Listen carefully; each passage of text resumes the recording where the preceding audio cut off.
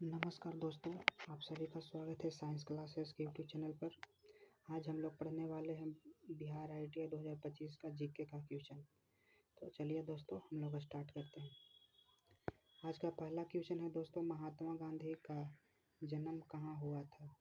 महात्मा गांधी का जन्म कहाँ हुआ था? तो महात्मा गांधी का जन्म हुआ था दोस्तों पोरबंदर में। ऑप्शन नंबर ए सही हो जाएगा। दूसरा क्वेश्चन है दोस्तों, सबसे चमकीला ग्रह कौन है? सबसे चमकीला ग्रह कौन सा है दोस्तों? तो आपका सबसे चमकीला ग्रह हो जाएगा शुक्र। ऑप्शन नंबर सी सही हो जाएगा दोस्तों। लाल ग्रह कौन सा है? तो लाल ग्रह हो जाएगा दोस्तों मंगल। ऑप्शन नंबर ए सही हो जाएगा। ध्रुव पोल यानी ध्रुव को इंग्लिश में पोल कहते हैं। ध्रुव तारा को किस नाम से जाना जाता है? तो ध्रुव तारा को नाम से जाना जाता है दोस्तों Alpha Ursae Minoris. Alpha Ursae Minoris. Option number B सही हो जाएगा दोस्तों। 2011 का क्रिकेट विश्व कप का फाइनल मैच कहाँ हुआ था? देखिए दोस्तों, ये बहुत ही भीगा इंपॉर्टेंट क्वेश्चन है। ITI के एग्जाम में ये बार बार पूछा जाता है। 2011 का क्रिकेट विश्व कप का फाइनल मैच कहाँ हुआ था? तो ये हुआ था दोस्तों वानखेड़े स्टेडियम में। Wankhede stadium. Option number C सही हो जाएगा दोस्तों।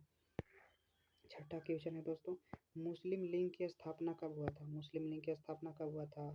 2006 में हुआ था, 2007 में हुआ था, कि 1916 में हुआ था, 1940 में हुआ था?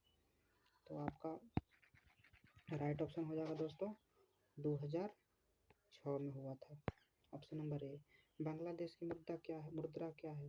तो बांग्लादेश की मुद्रा क्या है दोस्तों? टका है। ऑप्शन नंबर सी सही हो जाएगा। अगला क्वेश्चन है दोस्तों, चीन का शोक किस नदी को कहा जाता है? चीन का शोक किस नदी को कहा जाता है दोस्तों? तो चीन का शोक है ना जो पीली नदी को कहा जाता है। ऑप्शन नंबर ए सही हो जाएगा। जापान का राष्ट्रीय पक्षी क्या है? जापान का राष्ट्रीय पक्षी है दोस्तों हरा तितिर। क्या है? हरा तितिर। जापान का राष्ट्रीय पक्षी क्या है? हरा तितिर। मैथिली कवि किसे कहा जाता है? मैथिली कवि किसे कहा जाता है दोस्तों? तो हमारे विद्यापति को मैथिली कवि कहा जाता है। ऑप्शन नंबर ए सही हो जाएगा। भारत का सर्वाधिक वनों वाला राज्य कौन सा है? भारत का सर्वाधिक वनों वाला राज्य कौन सा है दोस्तों? तो MP है, मध्य प्रदेश। आपका भारत का सर्वाधिक वनों वाला राज्य कौन सा है दोस्तों? तो MP आपका मध्य प्रदेश हो जाएगा सही आंसर। सिक्किम का राष्ट्रीय पशु क्या है?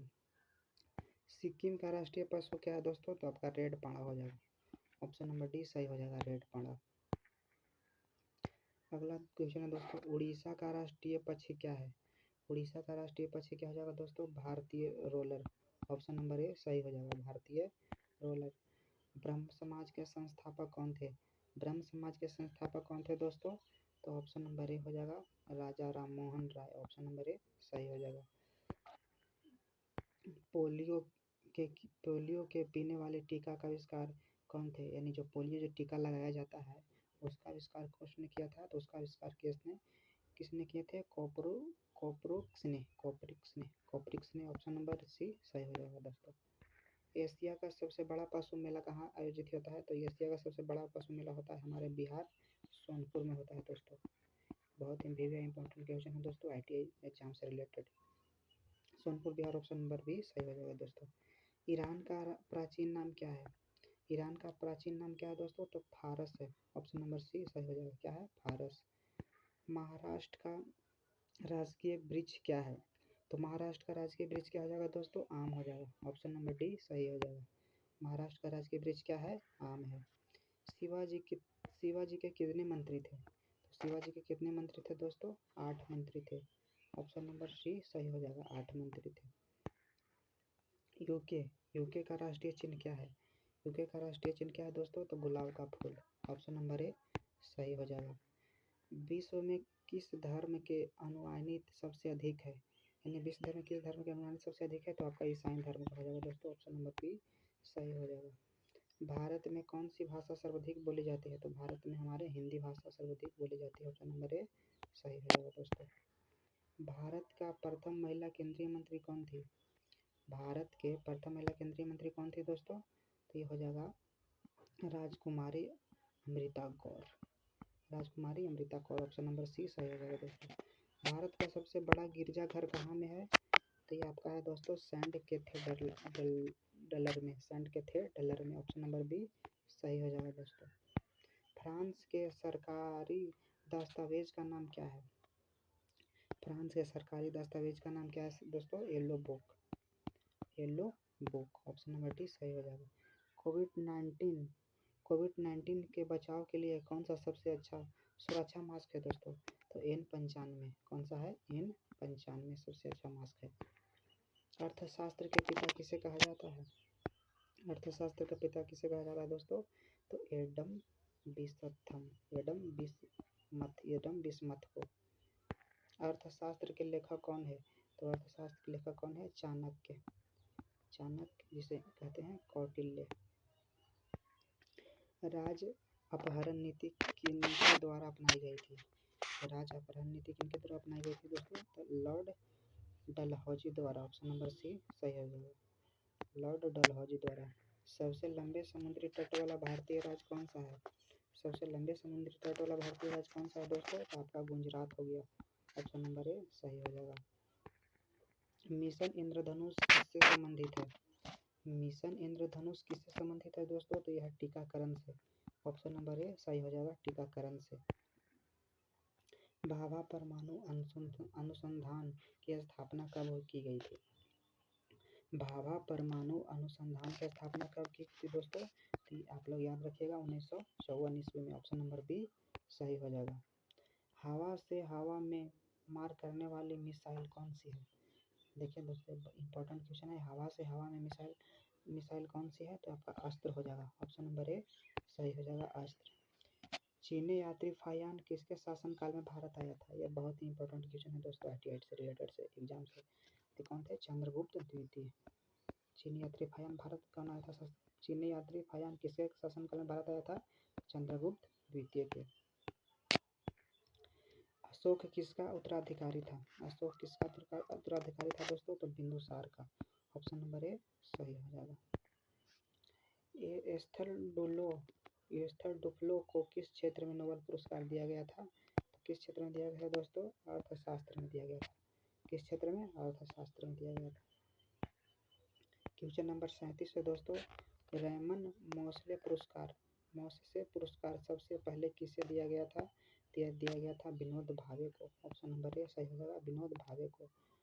नौसेना का सर्वोच्चतम पद कौन सा होता है? नौसेना का सर्वोच्चतम पद कौन सा होता है दोस्तों? तो एडमिरल। हैजा रोग किस जीवाणु के कारण होता है? हैजा रोग किस जीवाणु के कारण होता है दोस्तों? तो होता है विब्रियो कॉलेर, ऑप्शन नंबर बी सही हो जाएगा दोस्तों। टाइफाइड मानव शरीर के किस भाग में होता है?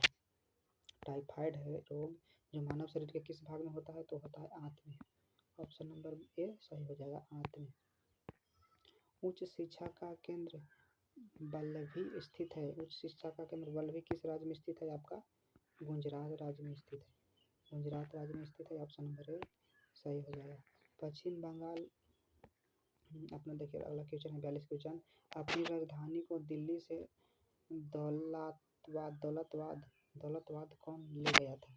अपनी राजधानी को दिल्ली से दौलताबाद कौन ले गया था? तो मोहम्मद तुगलक ले गया था, ऑप्शन नंबर बी सही हो जाएगा, मोहम्मद तुगलक। ये बहुत ही इंपॉर्टेंट क्वेश्चन है दोस्तों, प्रीवियस ईयर क्वेश्चन है जीके जीएस का।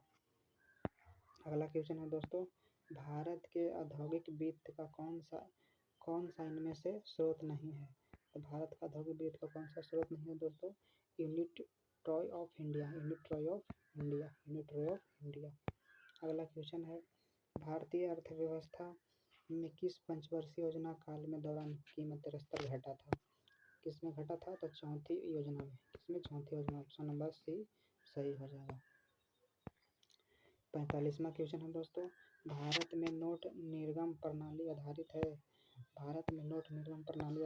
न्यूनतम कोष्ठ प्रणाली, ऑप्शन नंबर बी सही हो जाएगा दोस्तों। अगला क्वेश्चन है, बिहार राज्य की मुख्य नकदी फसल कौन सी है? बिहार राज्य की मुख्य नकदी फसल कौन सी है? तो आपका गन्ना हो जाएगा दोस्तों, ऑप्शन नंबर सी सही हो जाएगा। अगला क्वेश्चन है, भारत सरकार को कानूनी विषय पर कौन सा परामर्श देता है? तो देता है एंटॉर्नी जनरल, ऑप्शन नंबर ए सही हो जाएगा दोस्तों।